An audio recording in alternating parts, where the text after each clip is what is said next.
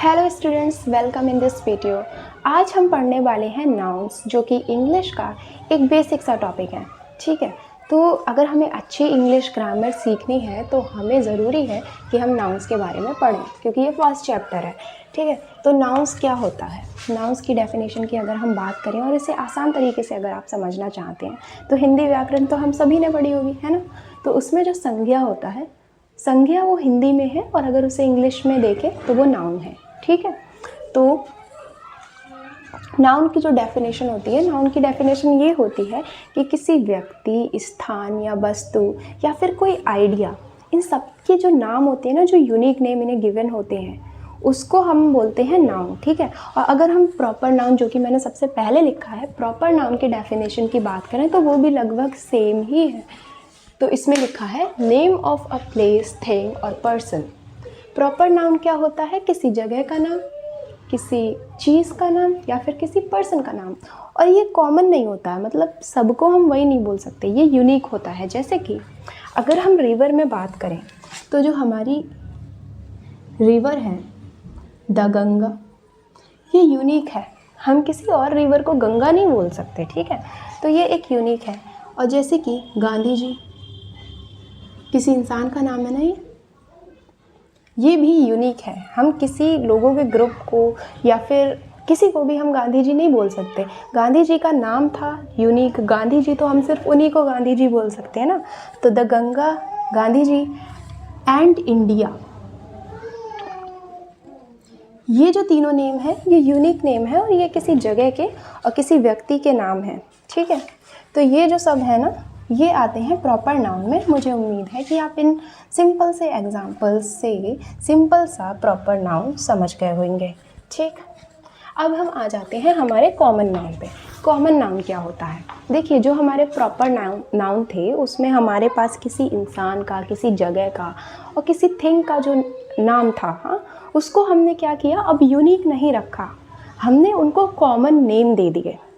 Okay, देखो कैसे करके दिए। जैसे कि यहाँ पे बात हो रही है common noun, common name given to a proper noun.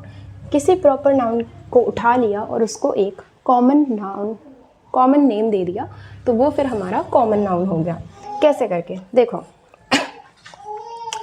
बच्चे हैं, ठीक, बच्चे हैं, एक है श्याम, एक है राम, एक है मोहन। अब इनके, ये लोग एक क्लास में पढ़ते हैं और इनके अलग अलग नाम हैं। अब मैं क्लास में जाके अगर इनको, इनमें से किसी को भी मुझे मतलब बुलाना होगा या नोट करना होगा, तो मैं सबके एक एक करके नाम थोड़ी ना लूँगी कि श्याम, राम, मोहन। कभी कभी ऐसा भी होता है कि हम नाम याद नहीं रख पाते, तो इनको क्या नाम दे दिया, इनके लिए, इन तीनों के लिए जो एक क्लास में पढ़ते हैं, इनके लिए एक कॉमन नाम क्या दे दिया, एक कॉमन नाम दे दिया, स्टूडेंट। ठीक है, अब मैं मोहन को भी स्टूडेंट बोल सकती हूँ, मैं राम को भी स्टूडेंट बोल सकती हूँ और मैं श्याम को भी स्टूडेंट बोल सकती हूँ। ठीक है, तो ये कॉमन नाउन है। मतलब प्रॉपर नाउन जो है उनको एक कॉमन नेम दे देना ही कॉमन नाउन कहलाता है। जैसे कि हम बात कर लेते हैं गंगा, यमुना, सरस्वती। अब इन सबको अगर मुझे ऐसा करके नहीं बोलना है कि गंगा, यमुना, सरस्वती, तो इनके लिए एक कॉमन नेम हमें गिवन है। क्या है वो नेम? वो नेम है रिवर। ये सब रिवर है ना, इन सबको हम रिवर बोल सकते हैं।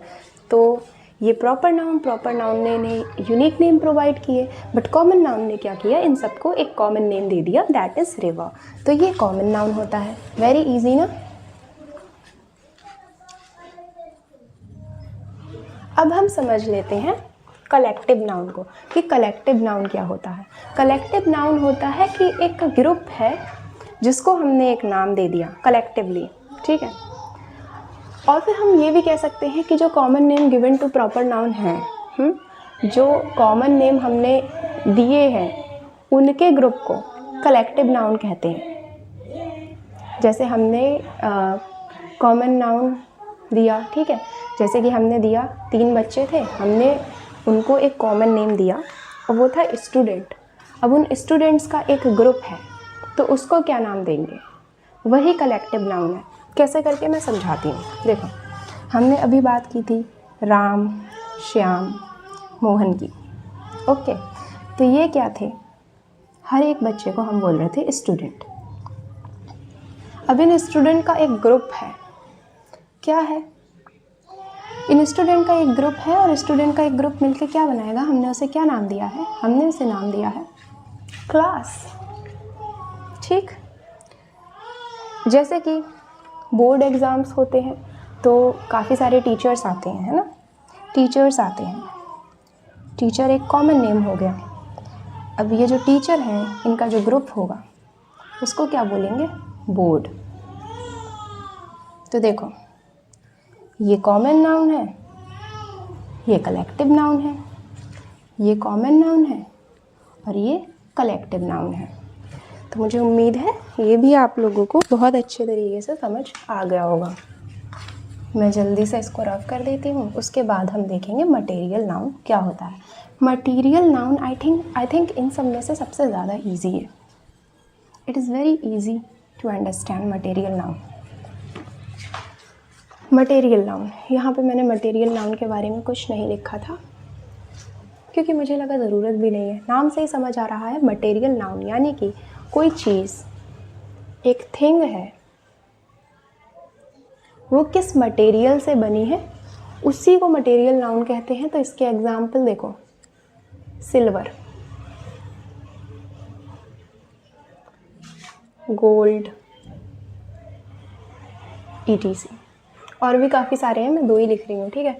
जैसे कि कोई बर्तन है जिसमें हम खाना बनाते हैं, यूटेंसिल्स, सिल्वर का बना है वो, और कोई ज्वेलरी है वो गोल्ड से बनती है, तो जो धातु का नाम होगा उसको मटेरियल नाउन बोलेंगे।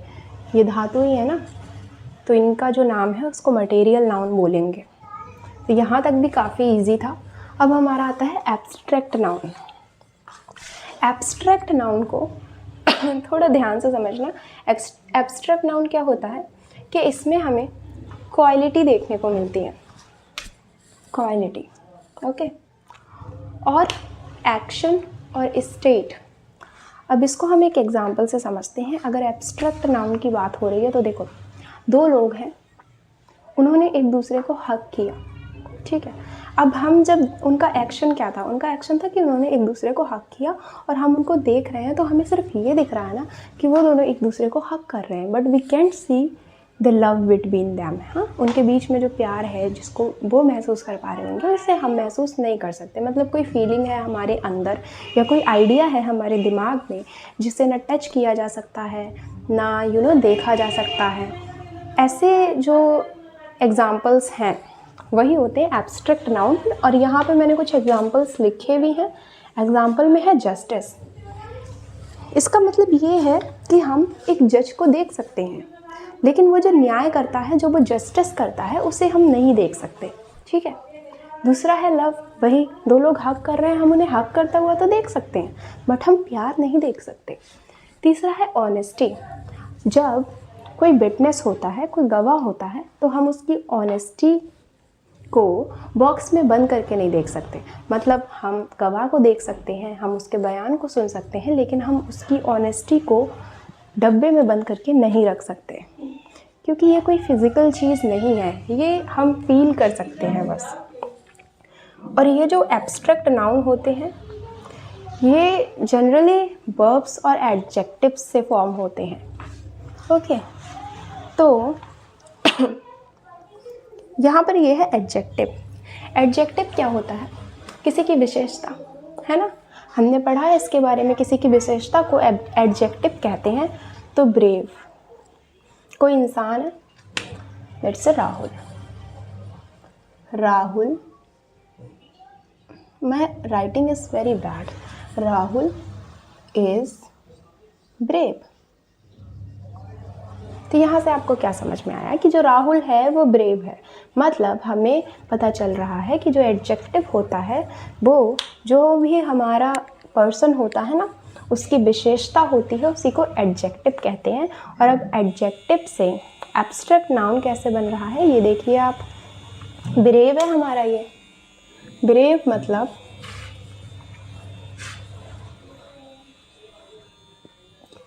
मतलब होता है बहादुर, बहादुर। और ब्रेवरी का मतलब होता है बहादुरी। ठीक। अब देखो कोई इंसान बहादुर है तो हम उसको देख सकते हैं, लेकिन क्या हम किसी व्यक्ति की बहादुरी को क्या बॉक्स में बंद करके रख सकते हैं? क्या हम उससे वो ले सकते हैं? क्या हम उसे छू सकते हैं बहादुरी को? नहीं कर सकते ना, क्योंकि ये अंदर के इमोशंस होते हैं। इन द सेम वे एक और एग्जाम्पल है, वो है ग्रेट। कोई पर्सन ग्रेट है, कोई पर्सन महान है, हम उसको देख सकते हैं, हम उसको छू सकते हैं, सब कर सकते हैं, ठीक है, क्योंकि ये एडजेक्टिव है। लेकिन ग्रेटनेस हमारा एब्स्ट्रैक्ट नाउन है। महान मतलब ग्रेट, और महानता, हम किसी की महानता को उससे छीन नहीं सकते। ये एक इमोशन है जिसे सिर्फ फील किया जा सकता है, छीना या दिया नहीं जा सकता। और हमारे पास जो नेक्स्ट एग्जाम्पल है, एक्चुअली ये एडजेक्टिव वाले थे, और अब हम आ गए वर्ब वाले में। वर्ब का मतलब आपको पता है, वर्ब का मतलब होता है क्रिया, है ना। तो अब हमें पता है कि किसी के काम से हम एब्स्ट्रैक्ट नाउन बनाएंगे, जैसे कि थीफ मतलब चोर, जो चोरी करता है उसे चोर कहते हैं। थेफ्ट, ये हमारा एब्स्ट्रैक्ट नाउन है, थेफ्ट, और इसका मीनिंग है चोरी, ठीक। इन द सेम वे जो स्लेव है, स्लेव मतलब जो जिसको जंजीरों से बांध रखा होता है और उससे काम करवाते हैं, स्लेव मतलब बंदी। तो स्लेव से क्या कराया जा रहा है? स्लेवरी, ठीक है। स्लेवरी एब्स्ट्रैक्ट नाउन है।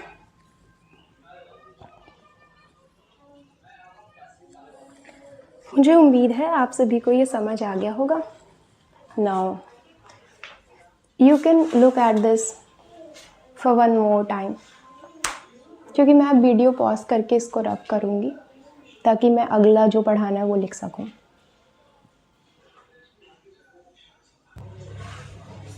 तो मैंने लिख लिया है।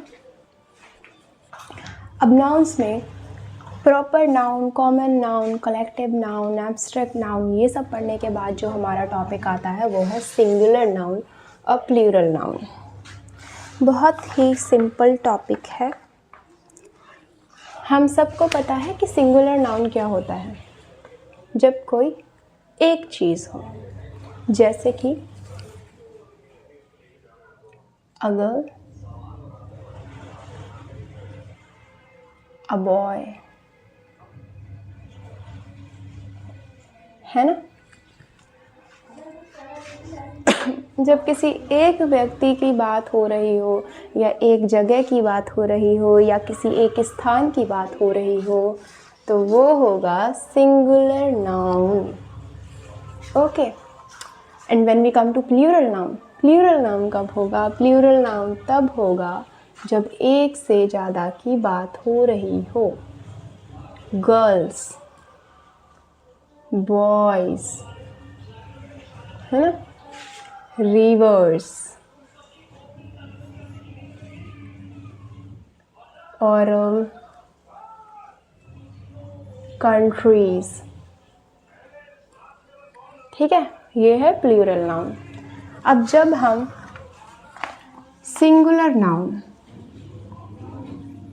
को प्लूरल में चेंज करते हैं तो कुछ रूल्स होते हैं उसके, ठीक है। उन रूल्स के बारे में अब हम पढ़ेंगे। तो जो हमारा पहला रूल है वो हमारा है हाइफनेटेड नाउन। अब हाइफनेटेड नाउन क्या होते हैं? देखो, हाइफनेटेड नाउन वो होते हैं जिसमें हाइफन हो। हाइफन हो, हाइफन क्या होता है? हाइफन ये साइन होता है, माइनस का जो छोटा सा साइन होता है जो चीज़ों के बीच में लगता है उसको हाइफन कहते हैं। ठीक, तो ये हमारा हाइफन है। तो इसमें रूल क्या है? रूल देखो, जैसे कि एक सेंटेंस है, हमने लिखा ही गेव मी,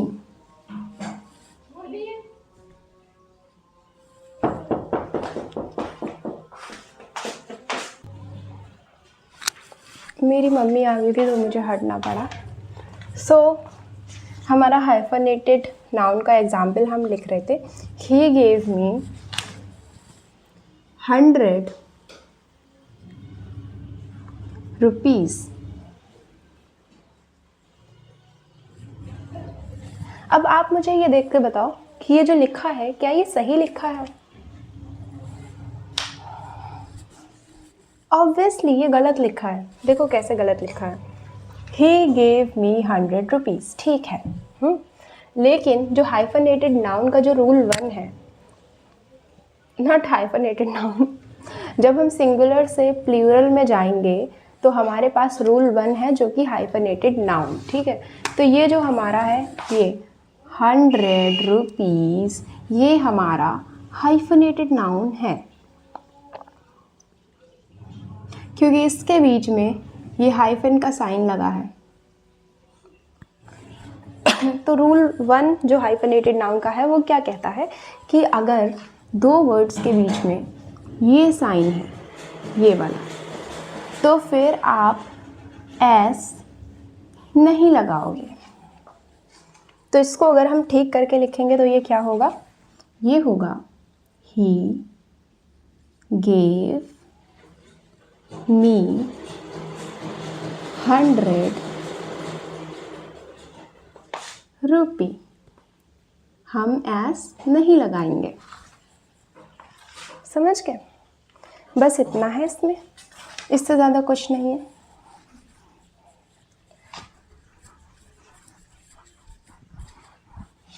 इसके अलावा अगर मैं आपको कुछ और बताऊं तो हम ये कर सकते हैं, देखो सिस्टर इन लॉज। अब आप बताओ क्या ये ठीक है? ऑब्वियसली ये भी गलत है क्योंकि देखो ये हाइफन साइन है, ये भी हाइफन साइन है। हमने क्या किया? हमने यहाँ पे एस लगा दिया, तो अगेन ये गलत है। सही तरीका क्या होगा? सही तरीका ये होगा इसको प्लूरल में चेंज करने का।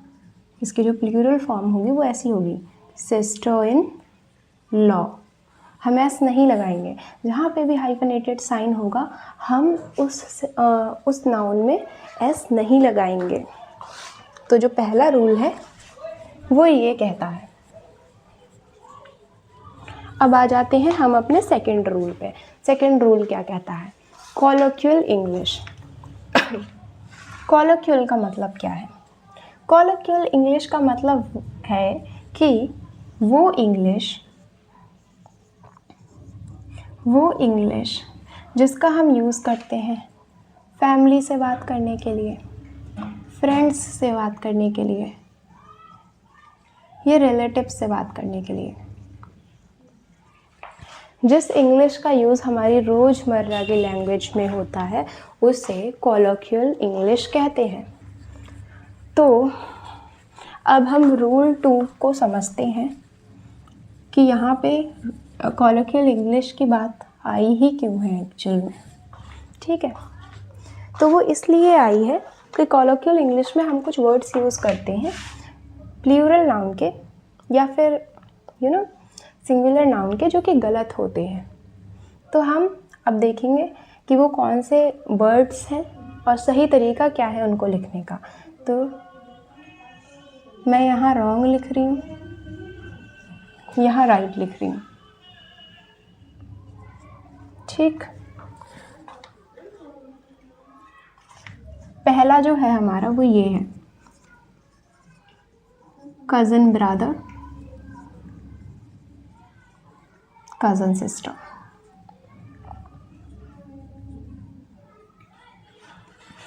तो अगर हम अपनी रोज़मर्रा की लैंग्वेज में कज़न ब्रदर और कज़न सिस्टर बोलेंगे तो क्या ये सही होगा? लाइक कोई लड़की है या कोई लड़का है and I am saying that she is my cousin sister या फिर he is my cousin brother, तो क्या ये सही होगा? नहीं, ये सही नहीं होगा। सही क्या होगा? लड़का हो या लड़की हो, आप उसको बस कज़न से डिनोट करोगे, कज़न, ये है सही तरीका। और जो हमारे पास अगला वर्ड है वो है पिक पॉकेटर। पिक पॉकेटर।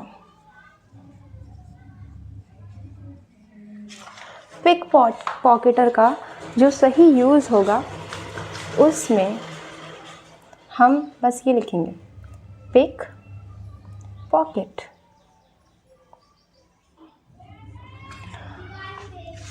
अब अगर हम अपना अगला वर्ड देखें तो ये होगा good name. You have seen people saying what is your good name, वो गलत होता है। If you are asking to someone that what is your good name, then this is wrong. You have to say only name. Good name कहने में अच्छा लगता है but वो ग्रामेटिकली गलत है ना। आपको बस नेम बोलना होता है। अगला वर्ड है big blunder.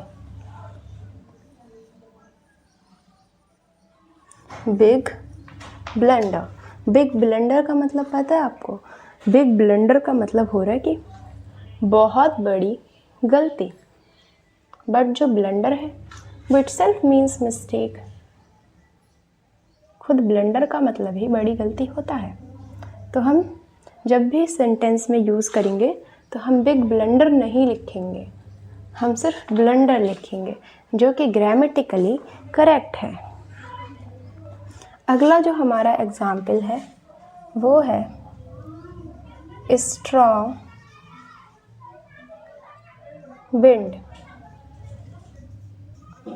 Strong wind. Strong wind अगर हम यूज़ कर रहे हैं सेंटेंस में तो वो गलत है, क्योंकि विंड तो अपने आप में ही स्ट्रॉन्ग होती है, हमें उसके आगे विंड लगाने की ज़रूरत नहीं है। It is going to be like that.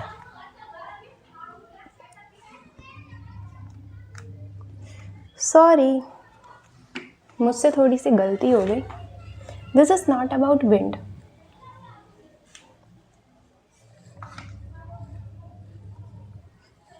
This is not about wind. This is about bridge, strong bridge. Strong bridge. तो आपने देखा होगा कभी भी किसी ब्रिज को, तो ब्रिज जो होते हैं वो लाइट होते हैं और जेंटल होते हैं, है ना। ब्रिज लाइट और जेंटल होते हैं, तो स्ट्रॉन्ग ब्रिज गलत होगा। और अगर हम सेंटेंस में इसको यूज़ करेंगे तो हम स्ट्रॉन्ग ब्रिज नहीं लिखेंगे, सिर्फ ब्रिज लिखेंगे। स्ट्रॉन्ग ब्रिज नहीं लिखेंगे क्योंकि जो ब्रिज होते हैं वो स्ट्रॉन्ग नहीं होते हैं। ठीक है।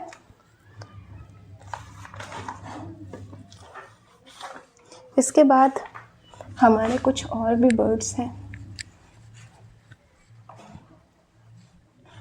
ग्रामर में अगर आपकी वोकैबुलरी अच्छी नहीं है तो बेकार है, क्योंकि when you go in upper classes and in competitive exams तो वोकैबुलरी बहुत आती है।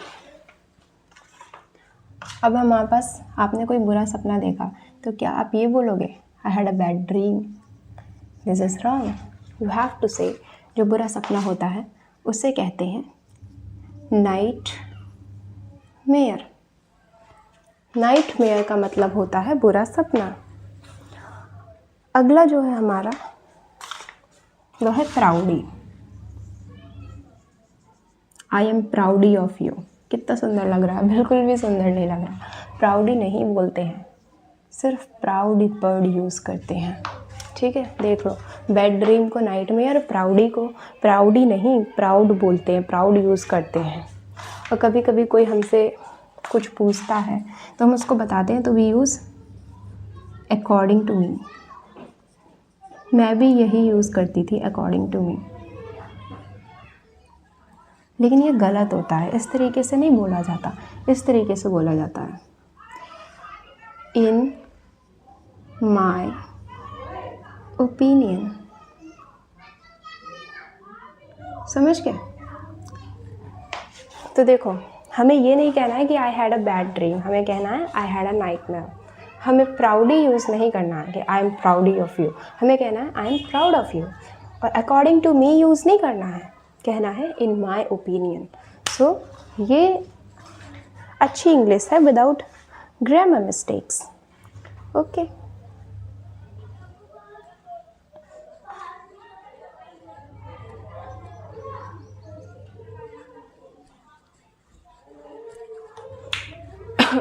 इसके बाद हम कुछ ऐसे वर्ड्स के बारे में बात करेंगे जिनमें हम कंफ्यूज हो जाते हैं, बहुत ज़्यादा कंफ्यूज हो जाते हैं, है ना।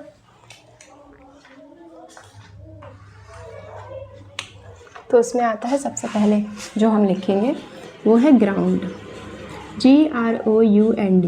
ग्राउंड क्या होता है? ग्राउंड हम तब कहते हैं जब हम अर्थ के सरफेस की बात कर रहे हैं। अर्थ के सरफेस, अर्थ सरफेस, अर्थ के सरफेस का मतलब समझते हो? अर्थ के सरफेस पे क्या होती है? घास फूस, मिट्टी, ऐसे सरफेस की बात जब आप कर रहे हो तो वो है अर्थ का surface. When you talking about floor, जब आप बात कर रहे हैं फ्लोर के बारे में, तो फ्लोर एक रूम के अंदर होता है, फ्लैट सरफेस।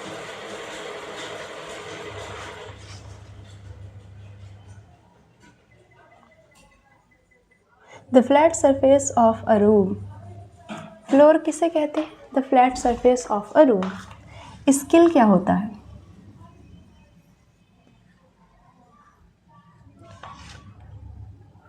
जिसे हम प्रैक्टिस से लर्न करें। हमने उसकी बहुत प्रैक्टिस की तो हमको वो चीज़ आ गई, तो वो स्किल है। टैलेंट क्या होता है? टैलेंट उसे कहते हैं when we are born with that ability, किसी एबिलिटी के साथ बॉर्न होना।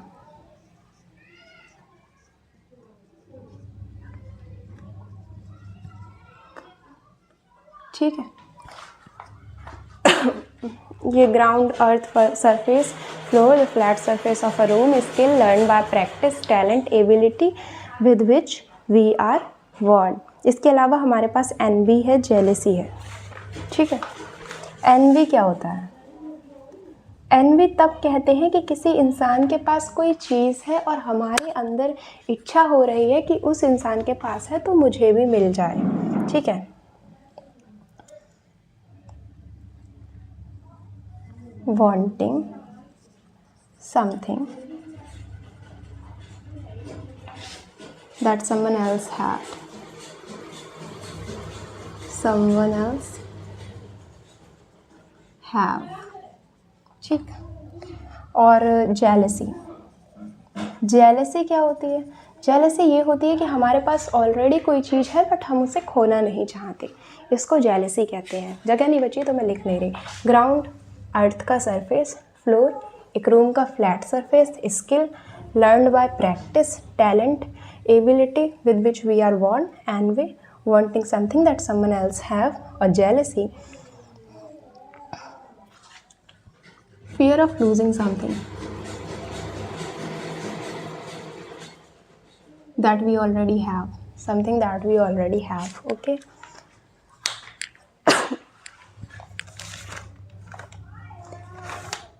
मुझे कफ की प्रॉब्लम है, सो सॉरी फॉर दैट।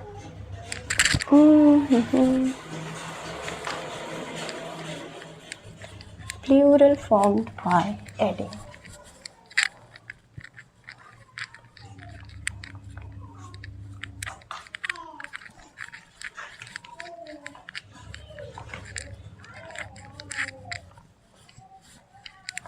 एक जो बहुत बहुत बहुत बहुत बहुत बेसिक रूल है सिंगुलर टू प्लूरल फॉर्म करने का, वो क्या है?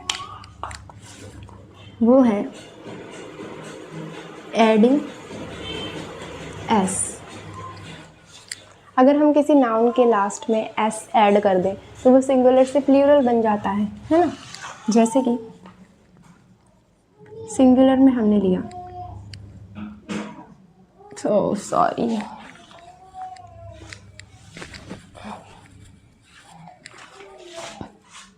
सिंगुलर में हमने लिया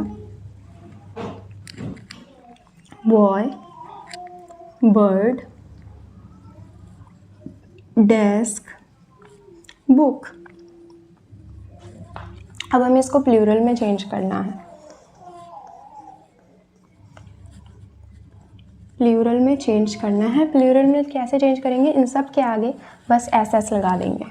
जैसे बॉय लिखा, एस लगा दिया, बर्ड लिखा, एस लगा दिया, डेस्क लिखा, अगेन एस लगा दिया, बुक लिखा, अगेन एस लगा दिया, बुक्स। ओके, सो ये तरीका है चेंज करने का, एक तरीका है ये, ठीक है। अब इसके बहुत सारे रूल्स होते हैं, बहुत सारे रूल्स, आप सोच नहीं सकते, या फिर शायद याद भी कर सकते हैं तो बहुत सारे रूल्स होते हैं। तो आज की क्लास तो इतनी ही है। कल हम क्या पढ़ेंगे? कल हम पढ़ेंगे रूल्स ऑफ फॉर्मिंग प्लूरल। हम नेक्स्ट क्लास में रूल्स ऑफ फॉर्मिंग प्लूरल पढ़ेंगे। आज की क्लास में हमारे साथ जुड़ने के लिए थैंक यू।